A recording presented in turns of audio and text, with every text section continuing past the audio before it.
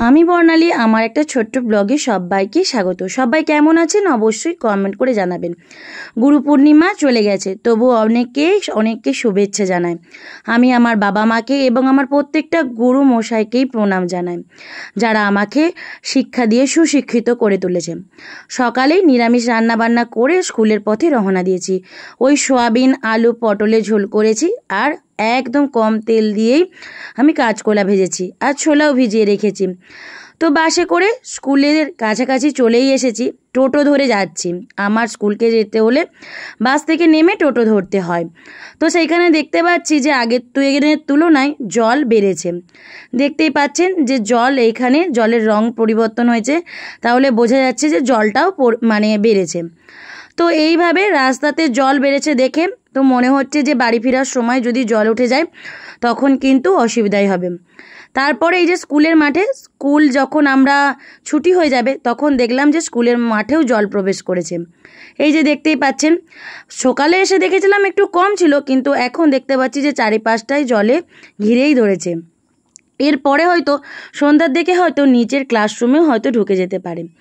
আর ওই দিকে যে রাস্তাটা এসে দেখছিলাম যে রাস্তাতে জল ওঠেনি, কিন্তু ওই দিকে দেখুন যে মোটরসাইকেলগুলো যাচ্ছে, ওই দিকেও জল উঠে গেছে এবং একটু দূরের জায়গাতেও দেখাচ্ছি আপনাদেরকে, ওইখানেও একটু একটু জল উঠতে শুরু করেছে।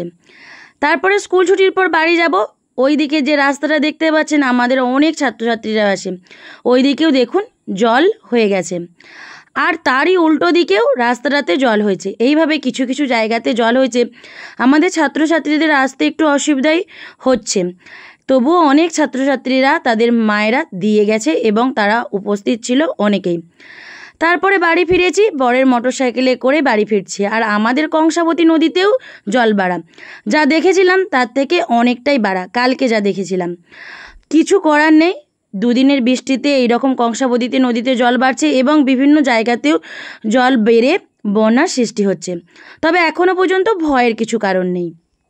স্কুল থেকে ফিরেই মিষ্টুকে একটু জামা কাপড় পরিয়ে চুল আঁচড়িয়ে ওকে এইখানে যে পুজো করতে বসিয়েছি। ওর নাচের ম্যাডাম বলেছিল পুজো করতে, আজ যেহেতু গুরু পূর্ণিমা। ওর মন থেকে যেটা বলার সেটা বলছে। ও আমাকে জিজ্ঞাসা করছিল, আমি বললাম তোমার যেটা মনে আসে তুমি সেইভাবেই পুজো করো। তারপরে ও ব্যায়ামের ক্লাসে চলে এসেছে, ও একটু সন্ধ্যের দিকে।